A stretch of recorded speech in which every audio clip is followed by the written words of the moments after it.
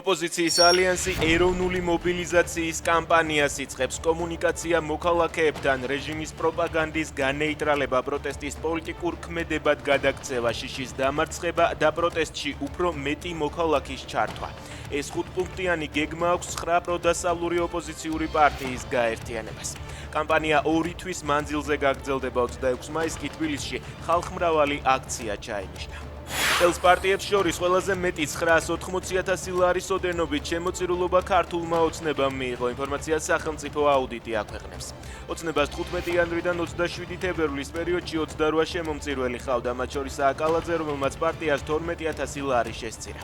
პარტიების შემოწირულობების მიხედვით მეორე ადგილზეა ლელო, ბოლო ადგილს კი ნაციონალური მოძრაობა იკავებს, რომელსაც შემოწირულობა არ მიუღია. საჯარო სამსახურები ბრიტანეთის მიერ სანქცირებულ ტევეიმეთს მომსახურებაში ფულს აღარ უხდიან. ამის შესახებ ბესიკ დონაძე წერს. წალენჯიხის, ხაშურის, ქუთაისის, ბოლნისის, გარდაბნისა და გორის მერიებს, ასევე ახალგაზრდობის სააგენტოს ჯამში 48,750 ლარის მომსახურება აქვთ გაფორმებული ტელეიმეთთან. თუმცა ანაზღაურების სვეტში ყველგან 0 ლარი ფიქსირდება. წერს კოალიცია ცვლილებისთვის წევრი. ამერიკამ ისპაჰანის საბრძოლო მასალის საწყობი დაბომბა. კადრების სოციალურ ქსელში ტრამპმა გაავრცელა. შეტევა 900 კილოგრამიანი ბომბებით განხორციელდა.